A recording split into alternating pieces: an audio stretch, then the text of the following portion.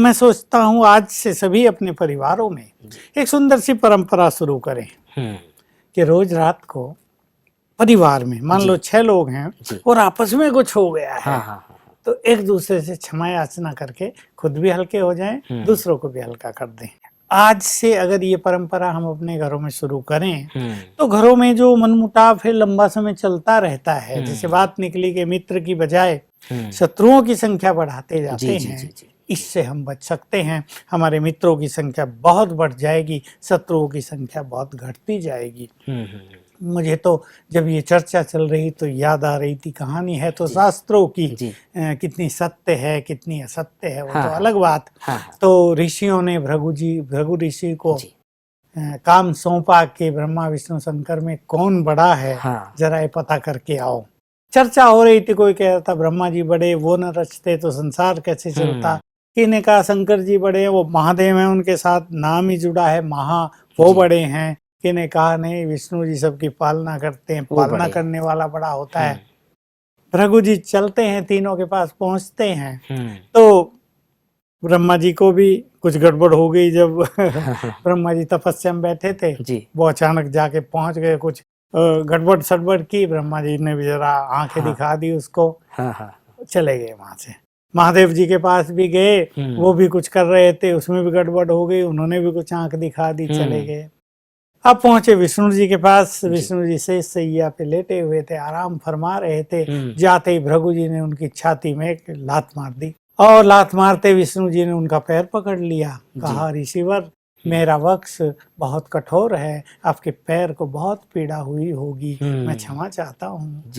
कहा ये हैं सबसे महान। तो देखिए क्षमा मांगने वाले, क्षमा कर देने वाले महान हैं। इसीलिए रहीम कवि जी ने बहुत अच्छा दोहा लिख दिया, क्षमा बड़न को चाहिए छोटन को उत्पात, क्या रहीम हरि को घटो जो भृगु मारी लात।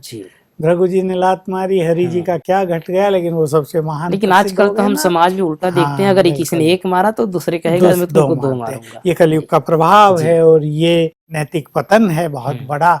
लेकिन क्षमा भाव सचमुच बहुत बड़ी वीरता है। हमारे इतिहास में भी इसका बहुत वर्णन है कि एक राजा ने दूसरे पे अटैक किया और उसने उसको जीत लिया।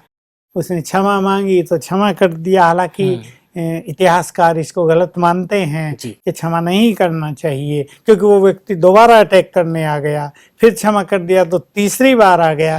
पृथ्वीराज ने मोहम्मद गौरी को क्षमा कर दिया था और जब वो हारे तो उसने क्या किया। ये कई बार हम चर्चा में भी करते हैं भाई जी कि अगर इसको माफ कर देता हूँ तो ये नाजायज फायदा उठाता है, इसलिए क्षमा नहीं कर सकता। इसलिए हमें माफी करने के साथ और माफी मांगने के साथ अपने स्पिरिचुअल लेवल को भी बहुत ऊंचा उठाना चाहिए। मान लो हमने किसी को क्षमा किया और वो हमारे विरुद्ध फिर कुछ करने लगा, इसको हमारी कमजोरी समझ के, तो अगर हम अपने स्पिरिचुअल लेवल को बहुत ऊंचा उठा लेंगे तो उसके ऐसे वैसे व्यवहार से हमें कोई नुकसान कभी नहीं होगा, बल्कि नुकसान उसको ही होगा। हम क्षमा किया तो हमारा चित्त शांत हुआ, उसको भी क्षणिक की हो खुशी मिली, शांति मिली।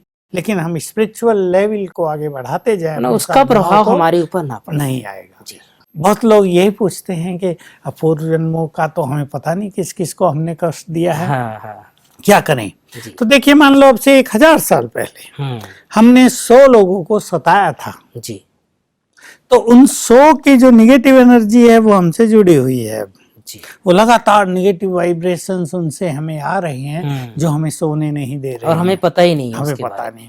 अब हम सवेरे उठ के इतना ही संकल्प करेंगे, बस मन से करेंगे कि जिन जिन को भी मैंने पूर्व जन्मों में कष्ट दिया हो, हे आत्माओं इमर्ज हो जाओ। ये बड़ी सूक्ष्म गति है, वे इमर्ज होंगे और फिर सच्चे मन से मैंने आपको अज्ञानवश, क्रोधवश, अहमवश कष्ट पहुंचाया, बुरे शब्द बोले, आपको सताया हो, मैं अब ज्ञान युक्त हो गया हूँ, अब मुझे भगवान मिल गए हैं, मुझे रियलाइज हो गया है कि मैंने आप सबको कष्ट दिया है, अब मैं आपसे सच्चे मन से क्षमा चाहता हूँ। आप मुझे क्षमा दान दें और प्रसन्न हो जाएं, अपना आशीर्वाद का हाथ मेरे सिर पर रख दें, तो हल्के हो जाएंगे।